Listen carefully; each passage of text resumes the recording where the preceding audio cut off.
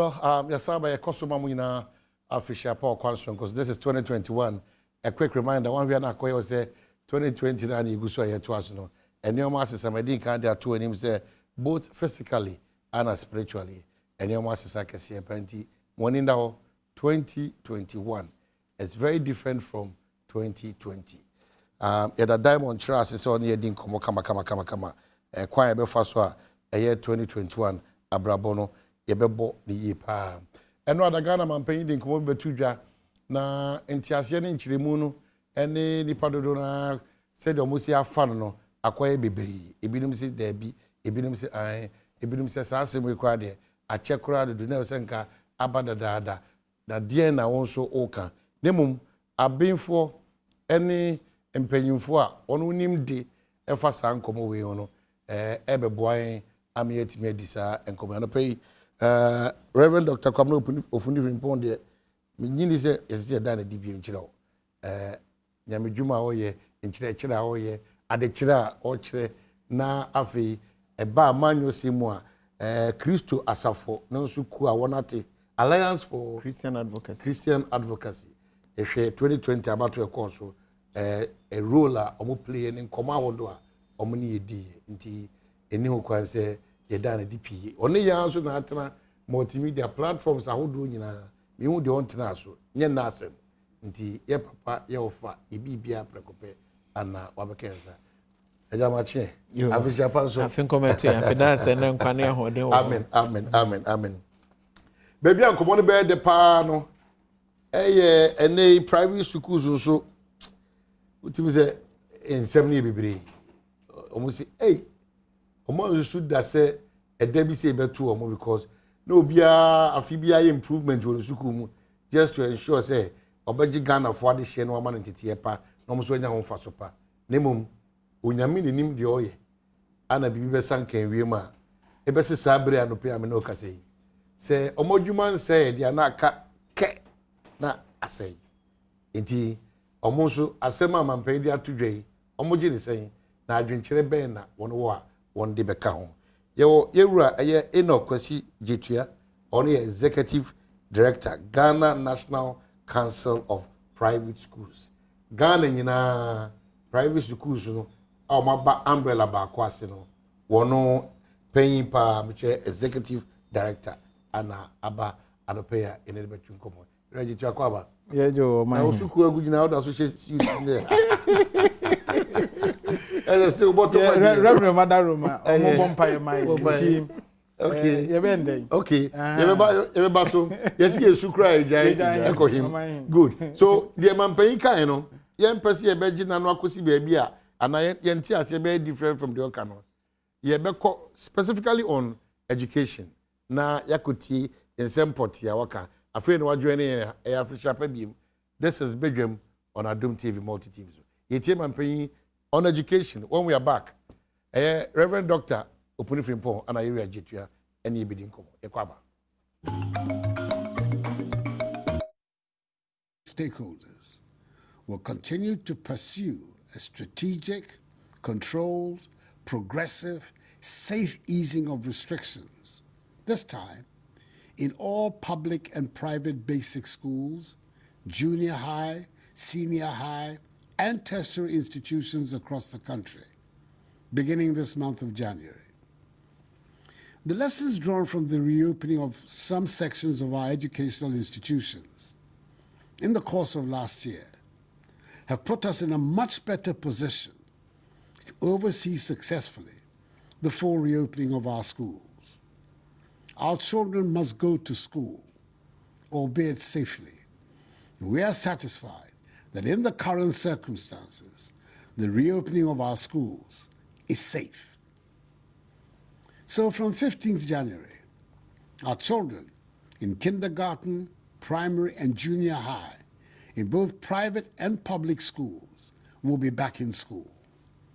All SHS 1 students will start classes from 10th March, with all his students embarking on a single-track academic calendar. Their seniors in SHS 2 and SHS 3 will, however, return to school from 18th January. I must stress that SHS 3 students in all schools, like SHS 1 students, will no longer run the double-track system. The expansion of infrastructure at the various senior high schools over the last 3 years has brought us to this favorable situation. However, the double-track system will still be applicable to SHS2 students in schools that are employing it.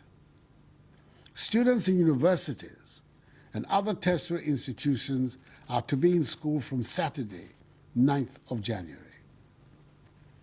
Prior to their return to school, government through the Ministry of Education and the Ghana Education Service will ensure that all institutions, public and private, are fumigated and disinfected. Schools and institutions with their own hospitals and clinics will be equipped with the necessary personal protective equipment and have isolation centers to deal with any positive cases. All other schools and institutions without their own clinics and hospitals have been mapped to health facilities. There will be, for now, no mass gatherings and no sporting activities. However, religious activities for students at school under the new protocols will be permitted. Social distancing and the wearing of face masks must become the norm in our schools. The requisite provisions have been made to ensure the students at all levels of the education ladder receive the minimum number of contact hours upon their return to school. To facilitate the safety of students, government through the Ministry of Education will provide face masks, Veronica buckets, hand sanitizers, liquid soap, rolls of tissue paper, and thermometer guns for the safe reopening of the schools. The Ministry of Information, the Ministry of Education, the Ghana Health Service, and the Ghana Education Service will, from Monday, 4th January, commence a series of sensitization campaigns to help prepare, inform, and educate guardians, students, and the public on further modalities associated with the reopening. Well, Ghana Mpensenpensenmu, Nana Addo Akufo-Addo, and ordinance atudwe. I'm sure say enedwada public education whatever ebekosono your contribution and they brought this morning. How for me a parent, I'm sure also a parent, oh share me interest. If there and Kwadana Tenefi and a whole lot of issues also up. Once again, Irajitia as with the interest of private schools, I want to say Sansuna as of Peninsula, also Ojinem, Ama, Ufwa say Jinem, Ama, Sofa say Jinem, Ama Sukus as a Jinem, I'm on one. And Ghana Mpensenpensenmu say we are a second girl, no. Obama no say, I was so disappointed in the president. Oh. And I'm saying, what's the problem? Because he had 12 years. And I'm saying, yeah, who be disappointed by me money because she had me bread, no? Or we are so happy because now, how did you receive the message? Was you expected? Yes, me a teacher nibi. Ni aokeka eni nyina ti me kira de Kwame Nkrumah University of Science and Technology. Na se wo kire abofra de a se bi abofra dwe nti se pani de. Ye kura mpanifo yi eduru me bi na abafa yetirim ne yenka. Na kwala de ugya no to ho cha ebi ankwala asem na bema wo ba na kan yo kan kire ne fie na ote a odi agro no. Na emum se na ese ye sustain na dwene no.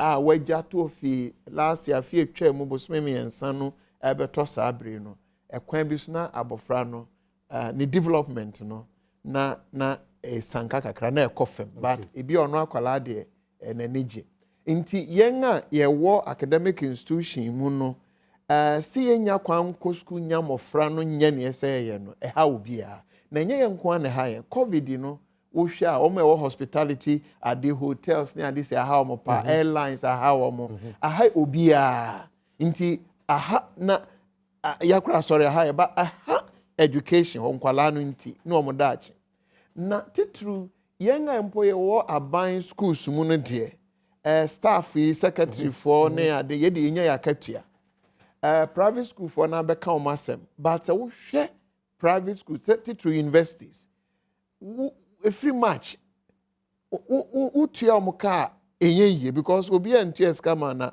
watua obi ka ena uka se wuntua o ka nso so a best brains a wo no lecturers papa wo national accreditation abehwe ne ade a wo dey build wo faculty ne ade no na wo se wo ye memasem so ayi wo mo adi a then say enko school ye eno so wo ye den na wasan anya sa team no dey arane enti enipa fa jem na nso ne ye ene say president can asem say we know how to bring dead economies back to life.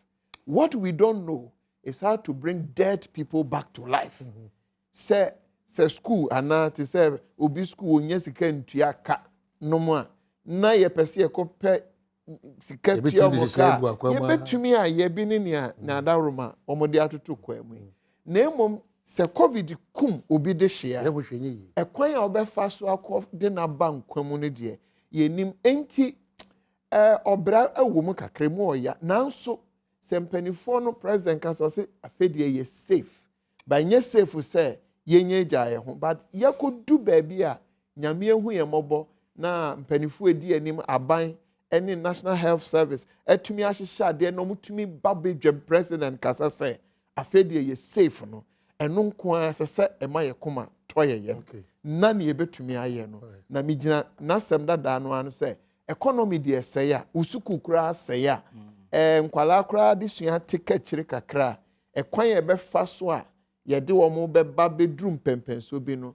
ye nim se ne ye be ye no na wo de covid di agro na obi de hye eno de kwan a teacher ni odi akwala be ba nkom ye nim ye here GTM say 2020 one of the things that a two dear de na mo sra ban say anka ban hu mo bokakra na nka kwan bi so no onfa na onso mwase bra wo ahohihiem sa komo mutimi ewie peyo yo mahe maminchia ye natifo enano penya na yema obia finhia pa ye hwa private schools nkomo no de ho beda adwa pa ye bra bronya chibuso miensa ni mu omampanyini ye se maye nko school na covid-19 ye ho nhihye yenti no ehun kokodru ba bia na esese ye nya sika de boa emma sustain said the na reverend ye dey eken because oman yi mo no ye wo ahoro private schools no etrapoya ahoro miensa ye wo elite groups a omo no ye 5%. Na elite group no omo no ye quasi type of the education delivery omo ye local ones no curriculums no omo ye foreign ones no so aye den aka omo ye 5%.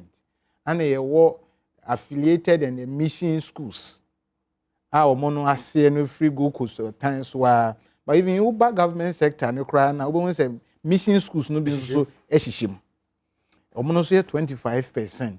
Omo no eya na omo nya omo akakra di free and sorry ho partner agencies omo do omo ho adondom omo ne ade and ye wo fakese na omo ye low fee paying schools omo no ye 70%. Eho no na asem no ekogina ye na se wo hwe kra na omo starting so omo yi omo teacher fo adie no kra na start from early schools ni mu enti na is a low fee paying school ni de na is on kan ho hwe enti ebra ye de krata on the 23rd of March ana council no de krata koma omampanyini se ye behia se omo ayen na yenya sika bi mfa nso teacher fo na sene eni school no kra ho abrabon so kra no so yentimi nye de ne nanamu ama MBSSI eba nhihye no bai yeah you see amene o ka say meetment so dia say 20% of the total number no apply no ana emunya 30% of obi ya de oye den or apply nti say bia ohwemu a etimi submit almost close to 1,005 names unique schools are based on the criterions no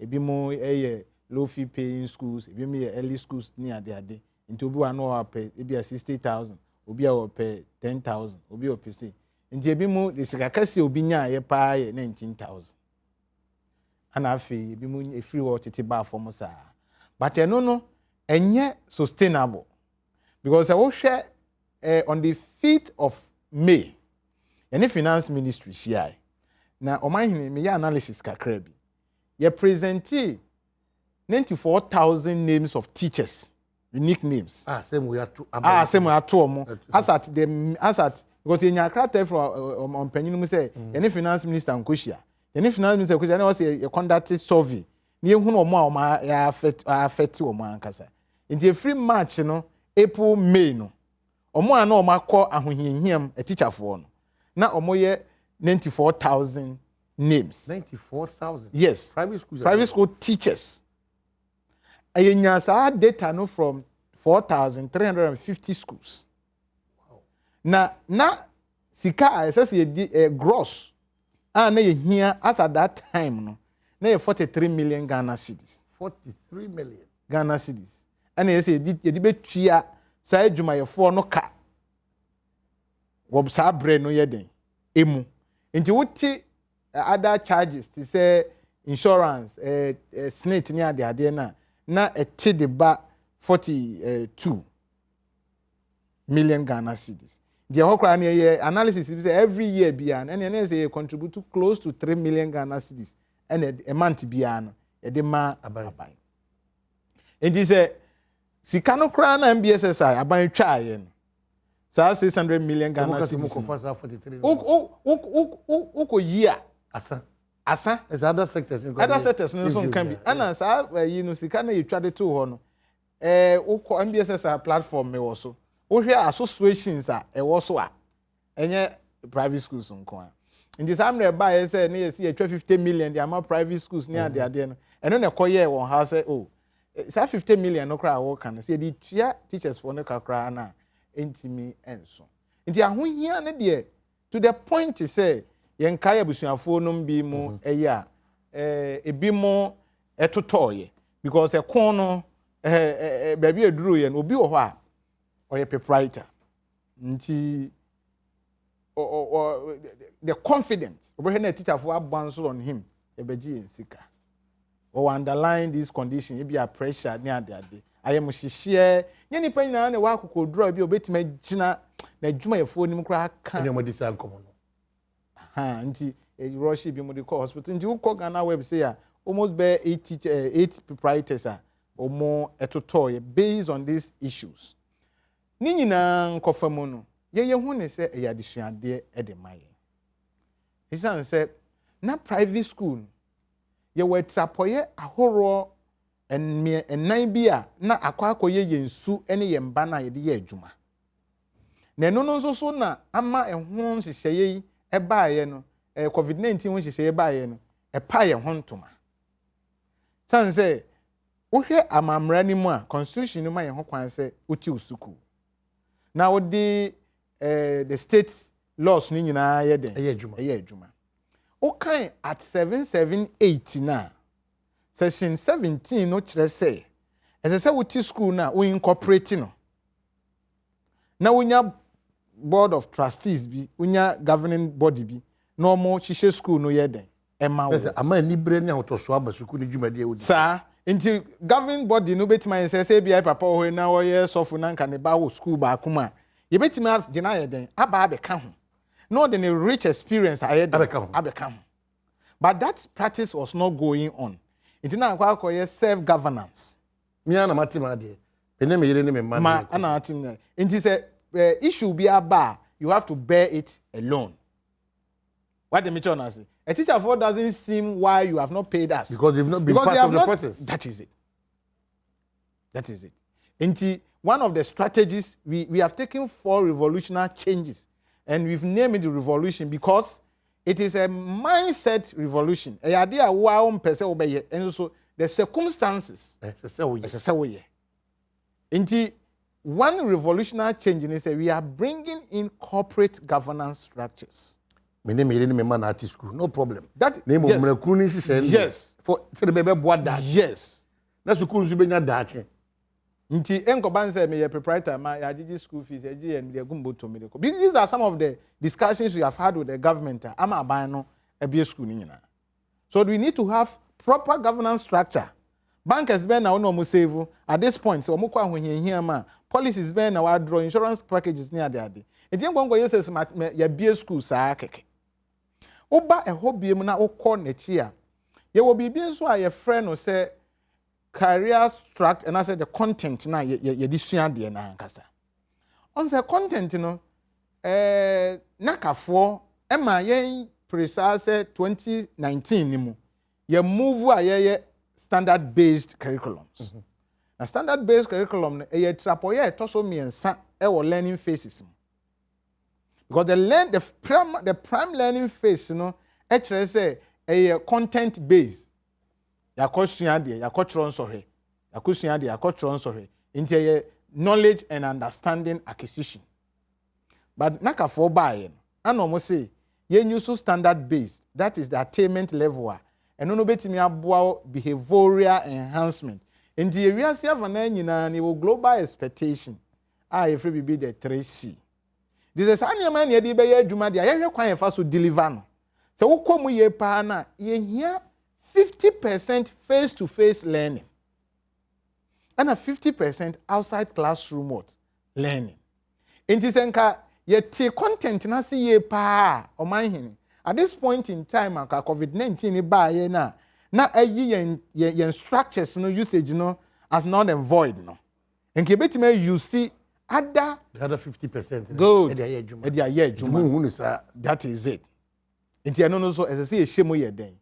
Ekna. Ana o hwe de toso miensa. On say so obetime aye search, obetime say ye ni Ministry of Education ye adwuma.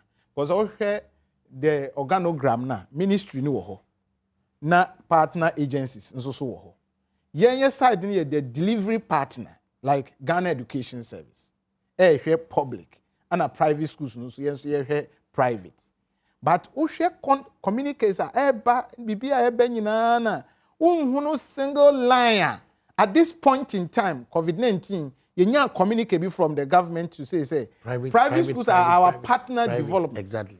And for that matter, these are some of the interventions. Because I think also that is it. And we have now shelved away the idea of government belonging. Oh, to have what we call unionized, because we call UCA, Council for American Private Schools, American. Council, they determine what the private schools and how the private schools supposed to become a very powerful tool. That is it. So by the end of the day, they sit on the table with the government and bring their policies. And government as well, I say I'm strengthening private school now on my hand. I did about and say, yeah, 2017, 2018 MS data, that is information management, education information management system, Ministry of Education now. Sa data no say private schools no structure wise no they contribute to 49%. Esisi adan akande ewo school this there from the pre-tertiary no they contribute to 49%. Aban de 51. Oba enrollment na yen wo 33 and aban de 67. Sabre say yan strengthen private schools na yan tighten the bed na ma ofo na enye nkranhye or private education ni mu a ebe ma COVID-19 observation crowd public schools no ebe ye din because everybody will move because coming beba ho but member so for instance come beba say uti aban kra hye ya wasaka they say e dey addition ke say because even when the president was talking the kasemo no uhwa anamontu otitiru a watu ne na aban etu ni no e kogina yes so musuku yes public. Iti wanye careful de wo kan me fa me ba ma ho e say hye papa bi gu a ma me bambo se me people from me some come na me be she nose mask and buy approve I never me iti ye be say come on that funding no clarify that because very important but of saying ye try how many ba kwa but ye di be kwa try ho bani ye ba utia private schools no ono ma ye krado asua de se ade atu ye de se bi betu ye bi mpa de ene na ene wi ase ba na wi ya nsa joma dom so de o kekan ni hye de egu akwam na mo ye trimu de bi so ya ba adwuma no e wo ye trim whether japa embassy school dai no abai na de sanitizer ba ono osa kwari nose mask ba ye nka pu ni akoka dwe ye de se etia na etie osu abrobo no innovation no creativity no additions because we are always dependent on government ye kwaba ye ba edie na osusu se mo so mo aye o mo mafa be boa ma public school no so no etimi agina yi whether aban bo aban no aban kwa onhihemu aban kwa onhihemu mo so betimi akọ some way somehow independent itwe waba ye ba ye to asan komo so ewa.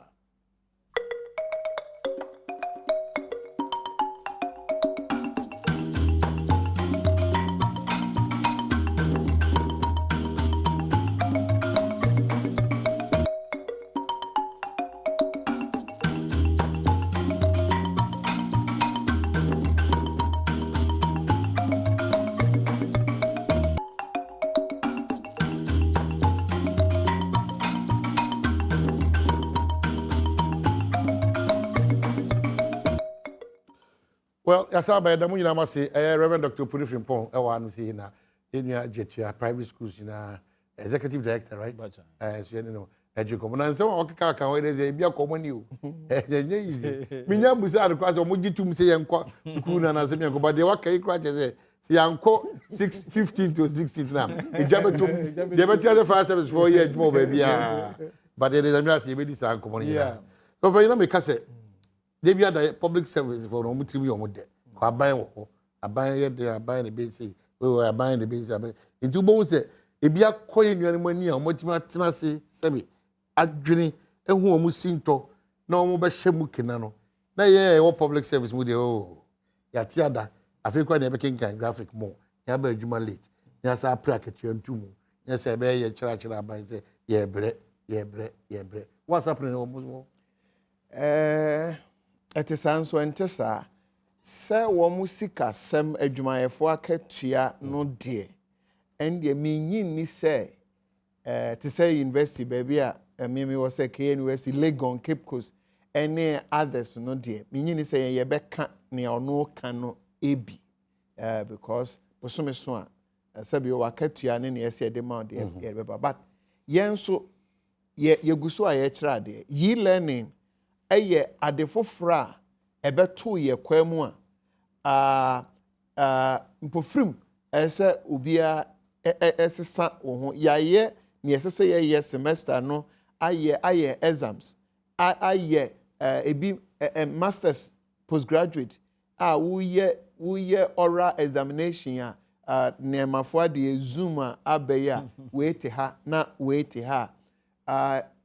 public schools okay me can universities meaning say primary schools say obi enu how ye learning enti even but now they say bia wo ye learning with primary school children and no ye ne say and na enti enye bokosa na emom sika sam no de and ye ntumi nka bi na emom ye ba ye learning no ama public schools through universities no enho aye ha apeniema bebre a ye befa so nanso eno nso abeyi nsem bi aba me department me kai say ye departmental board meeting examination ya hihye ufi department no ko faculty wo ko college na ko academic board afi deadline aso results asesa wo de ko no unya na asesa wo lecturer no wo hwehwe wo school o student no utiri ye na unya na wabokro bi din ewo baabi bumprugu yoyo okay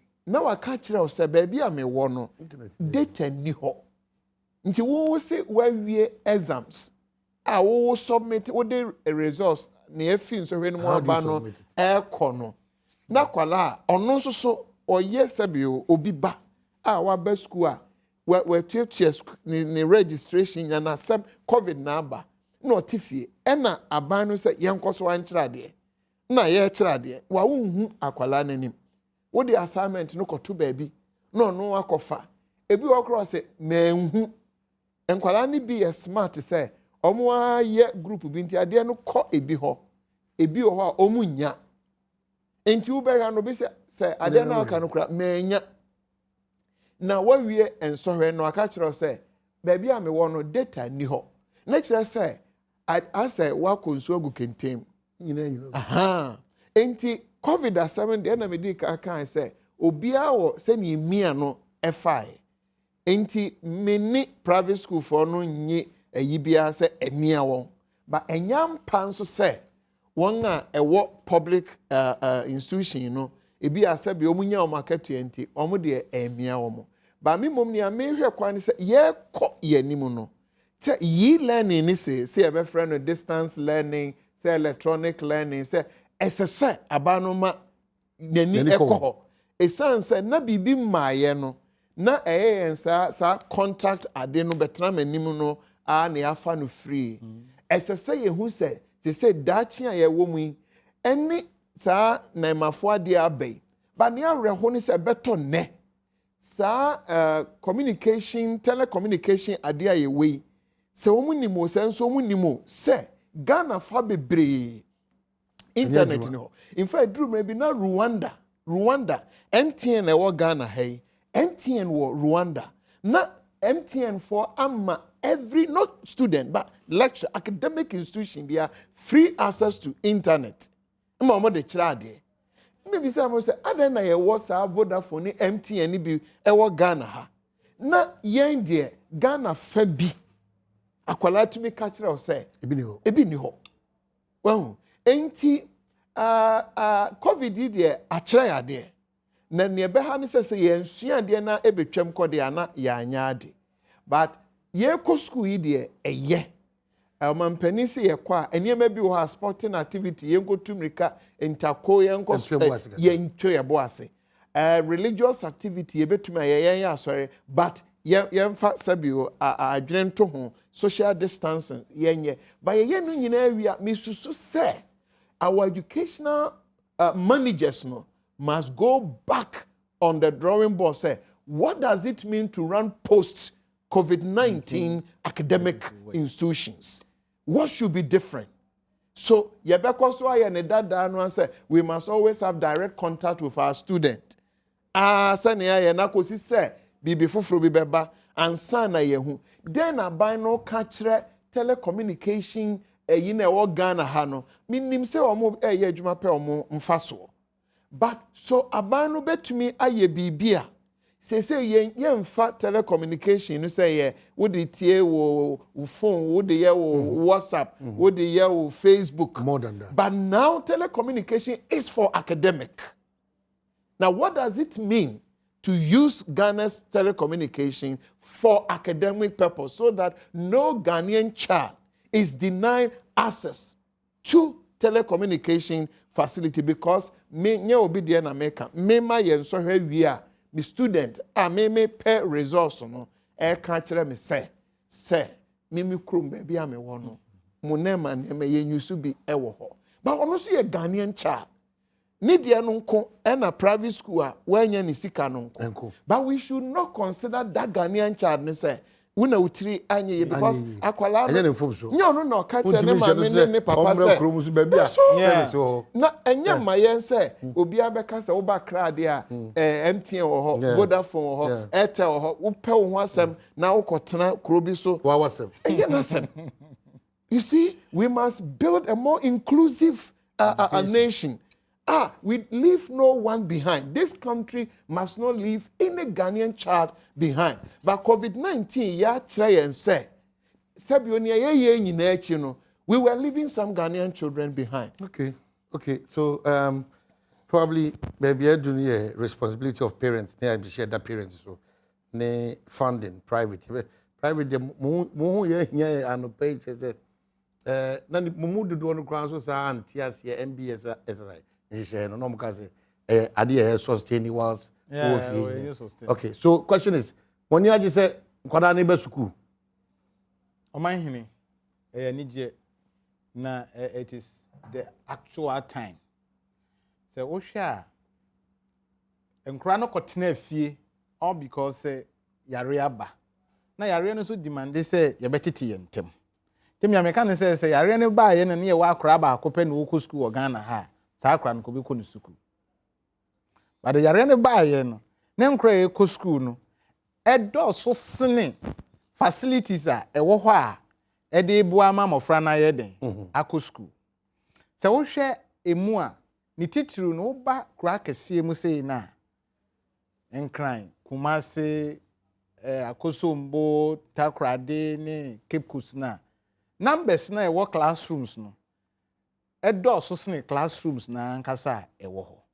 ba se wo call ye nkurase na afugo so kukum ne yanchemu na enkro numbers no sa ndi sa akra no otenafie a okọ classroom a distance na nkasa na create originally ya den classroom ho dada ndi yen yesusu se aban MBA school na yen nyina yen ko school na ye ko school na ba bia numbers ne dawson ho na reverend ka ho asem so wo hwe mu kura na at this point in time technological structures na ye ka no aban no introduce bibia e friend digital literacy na sa digital literacy no ka curriculum no ho ana osai assign contract with other agencies or model tablet ni computers ni ade ma some schools no bi but say ye de be ye dwuma no na ye mfa nya dwuma in the COVID-19 ba yi aboya me ehun say ye learning no ankasa no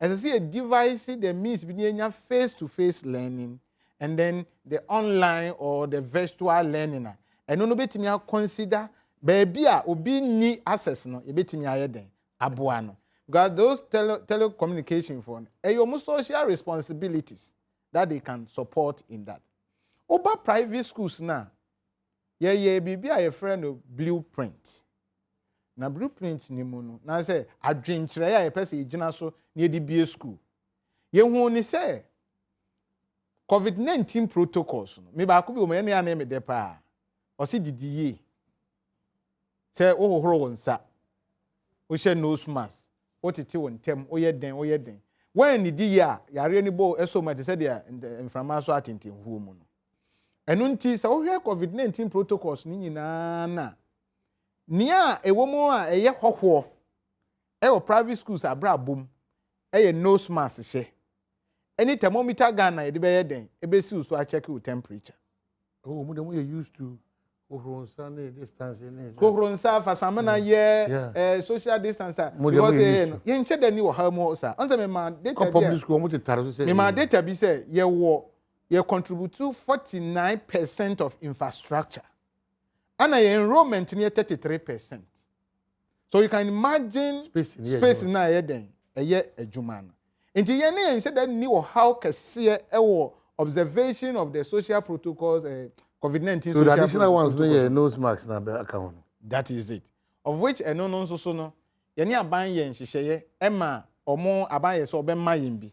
Ani ye sa ni parents no so ye nhyehyeye say awofo no nya nsiachi baabi. Okay, so to specifics, as we speak now, why are ready with nose masks, sanitizers, ensure the behorensa, baby a nkwada no be kwa Jones so say be no mo job na nyina no. Bibia ye krado. Meji private need to public. I don't know why that's Bibia ye krado. It's say we have something called value for money. What they mention as value for money ne say a parent na ode na be ban or options ode na be call A ba wa ba ho. No want to hwe. But wa ba ho. Enti wo ban say we meeting expectation. Okay, so muji school fees which term? Yeah, just school fees for this academic term. Ye kusimu no. Okay. On the previous it's where third term first term or second term. Say ne there. So we history na ya script all the previous term ni nyina esi ho. And ye share 2021 academic term as oh, I see. Into ye share first term as from the month of January. Multi so and as a moment and ye benya more of contact hours. Ni enya lesser vacations and as a period of free periods no enya lesser school fees no be kan wana mo titi so na mo maintain school fees no ntumu no betimi aba se ebra the corporate once you can say hia corporate governance nti awofo no ne school rafo no be hia na o ma draw o action plan ne hu ni say we ni ye pese ye pese ye introduce digital literacy. And some of our computers. So additionally, no. Boom, because the complaint 2020 was that private school for say I buy into your massive because money I will for you share Momuchiano. Term by term, yeah. So at yes, it do na ntuana yare no e buy e bebu wo. No credit. Enti ama mo hu so. Yeah, e ho chiro. Achiro. So wo hwe mu a practice a e wo private schools ni mu. Enti this time no say awofo no nya won ho ntiase say me de me ba ko private school na me responsibility e den enie. Hither to no na nipa bebre de o map ko private school a na akwa say as a flexibility bi. Okay. In terms of doors so be say awofo no frefre but private schools ni bi won ma. E be say bobodin. Ebi fees, full fees, ebi due, ebi 1,005, ebi 2,000, ebi see e-learning 1,003, 2,001. Then no mutuya. Oman hini medical chiro mo say ye were categories of the private schools. One can be elite, no? Yes. I have 5%. Yes. You were schools before the COVID-19 they were doing e-learning. Oh, okay.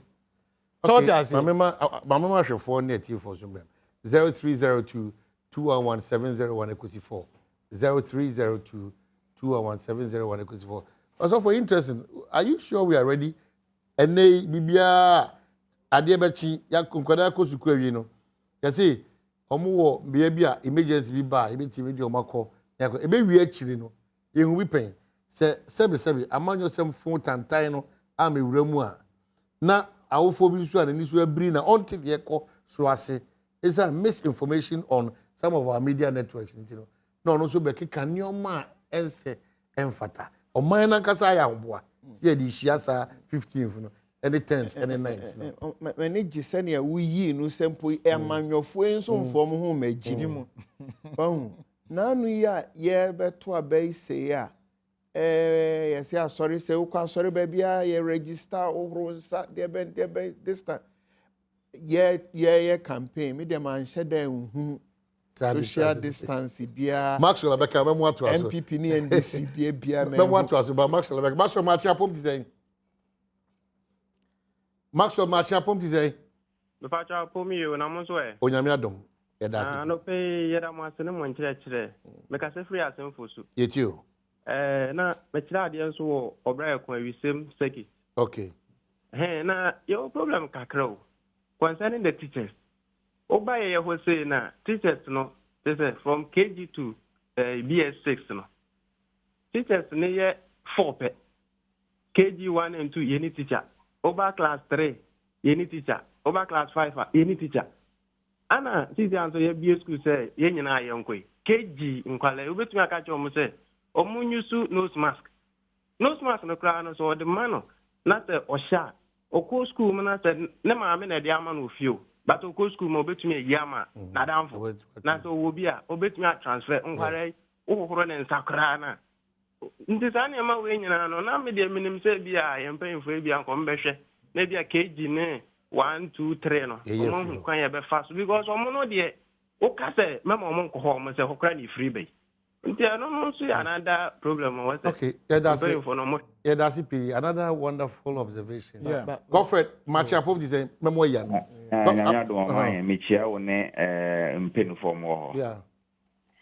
Me say, and right here, President, our Kasa Fa, school reopening. Now, me a bit disappointed, Kakra, in a sense, say, me who say school qualify from kindergarten to class 4. Taming them crowd class, no, and it's very difficult. You know, I was suggesting that then I come in the batches, say from JSS 1, JSS 2, JSS 3, they can go to school from class 5, class 6, on bet me ako. Nasa dia classes need to be me adahwa, on bet me social distancing, you know. Because the classes are available be from class 1 to class 4. Classes need be empty on which make social distancing. Chance from kindergarten to yes, that's because school. It's very dangerous. Yeah, that's here for free no chat to Kranembra back to software. Emmanuel Matching, official puzzle. From committee. Yeah. Me pacho me question person this and say. I would say we do what before COVID, me breaki me COVID by me breaking kwala na we tia school fees. Obi ho tia 2 weeks kura mba na 1 week kura mba. E no ma kwa nti si ayo okoi. Omo be say kutia fees for fra na say sa fees na utia ya no. And then be cover that period. Okay, so me so me that si pinyo na me sire wa. Me share busa asem fees so but almost be be omda Kofi aba. Omo how angle no omda Kofi. Omo how. But who say President Kasai and Amfani Obo has a say no can say other details be Ministry of Education ni Ghana Health Service ebe toaso. Na mijiri say ebi na these details no. eba no say enkwala yi ye beye wo mo den. Nti minyi ni say because to feel one from the only show bet kokro bet to minyi ni say president no ebetimi aka bibia wo break akra na okanti afeina Ghana Education Service GS any school management bia no ebe shia said then na mayemfa COVID-19 no eni agro sesi aye ka say Zimbabwe call lockdown Zimbabwe wa Africa sesi mfa wotisi kromu a Kumasi ni enkra ha ni bia bebre no bibia nkyerɛ sɛ bibi wo wiase de COVID-19 na ya na abamufo no a enso suban bi kyerɛ sa mpanifo no eye omo ade a omo anye nanu a ye to campaign omo anye sɛ COVID wo ho na ye tu ho anamon a ma ye sɛ school fo nko ankoye ba pani bi anye na because we dey akwala no ko school ye students aye ne omo nam ni sɛ ne omo ni so hye no sɛ baabi ofi ba no yemfa COVID nya hwe no be do campus na wo hyehyɛ mrama no opese otugu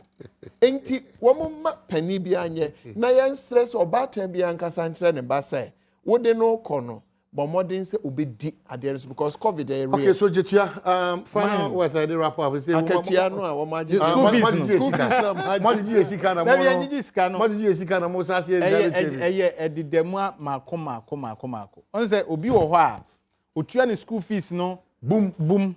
Obi nso otua ne nsima. Obi nso a otua no nkakra. Enti obi bia wo nhyehyɛ a ɔyɛ. Sɛ dia opanyin kɛse akyiri mu no. Nyame boy free here ye Ministry of Education mputupu nhia mu koso a ye koka ne afa adwen ba ko aye den abom na ye hunu even academic term no how many days are we going to spend in the school any sa na many na ye be ba abontin private schools no so ya te committee a sa committee no so ehwe aye nhyehyeye a awofo nyina omo titena ni a odo o man no parents teachers council I can ho teacher unions can ho private school proprietors ni nyina kan ho a eno so ye be hia na so ye de yen anu di semaye den atudwa na de etwa to ne se ye say ye side training yen teacher for ansan na o makwa akosha a kyra de if 15 for ye koya nti on the 10th of January a ye wo mu ya kwahia de ya ye yi master trainers o mu nyina e bankran ha no ma ba beji ntete ewo nakafo nsem na omo nso so akɔhye on the 18th omo so ahyase a kyerɛkyerɛ JHS for teachers no on say aban de nhyehyɛ foforo aba eno ye frɛ no CCP omo akɔkyerɛ omo nti dwumadi ahoro bebree wo hɔ a yɛsɛ yedie ansa na yɛtimi awura school dan ma me na mo se ebrenti no a lot of your text messages of you learning there yes remember wudwumadi so sɛ ba bi ade na koduro no sa electronic learning no ye ko school kra ye ntumi nyai nti abani various telecommunication phone nhia na ye hwe kwampa e befa so a ba bia akwala bia wo no obenya access no dey na fe ye too expensive data no e wom say yen se Vodafone mayen ayi kakra wo KNUS campus but they say ye mo hwe data man kwala enso atumi yesua de yeah that's it so wow GBhwe is a new year, happy new year and there will be BRC team led by Sarah Opare and Mama Kenya Damasi. Afufo montwe demonstration okwan so. Madam afufo asa meka homecoming. Ekwan ye be yeko Damasi.